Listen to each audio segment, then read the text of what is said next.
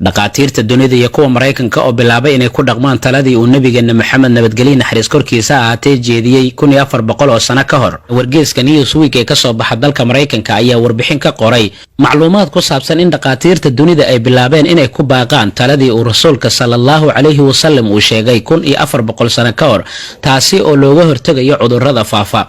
Arrintan ayaa wargeysku waxa uu ku sheegay maqaal uu sameeyay cilmi baare Mareykan ah oo lagu magacaabo Dr. Grain Considine, kaasi oo sheegay in cudurkaani uu ka dilaacay adduunyada ee coronavirus-ka uu ku qasbayo dawladda iyo aaladaha warbaahinta kala duwan inay bixiyaan talo sax ah oo ka caawinaysa bulshada adduunka inay wax ka qabtaan cudurkaani faafa ee khatarta gelinaya aadanaha oo dhan.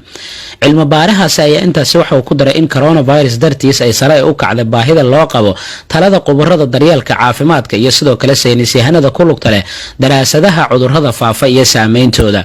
cilmi baarahani Mareykanka u dhashay oo soo xiganaya Dr. Anthony Fauci oo ku takhasusay cilmiga difaaca jirka iyo Dr. Sanjay Gupta oo ah wariye dhanka caafimaadka ayaa waxa uu yiri joogteynta nadaafadda, karantiilnimada ama ku dhaqanka kala fogeynta bulshada iyada oo la rajeynayo ka hortagga faafidda cudurrada faafa waa tallaabada ugu waxtarka wanaagsan gaar ahaan waqtigan hadda la joogo oo adduunyada ay la tacaalaysa viruskan cusub ee corona.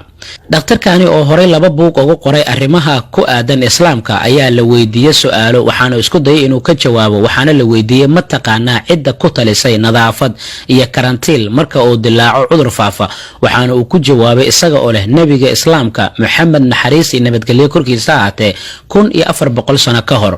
inkastoo nabiga ummadda islaamka uusan ahayn qabiir dhanka arrimaha la xiriira cudurrada dilaaga, haddana waxa uu bixiyo talooyin fiican oo looga hortagi karo faafinta cudurrada faafa sida viruska cusub ee corona.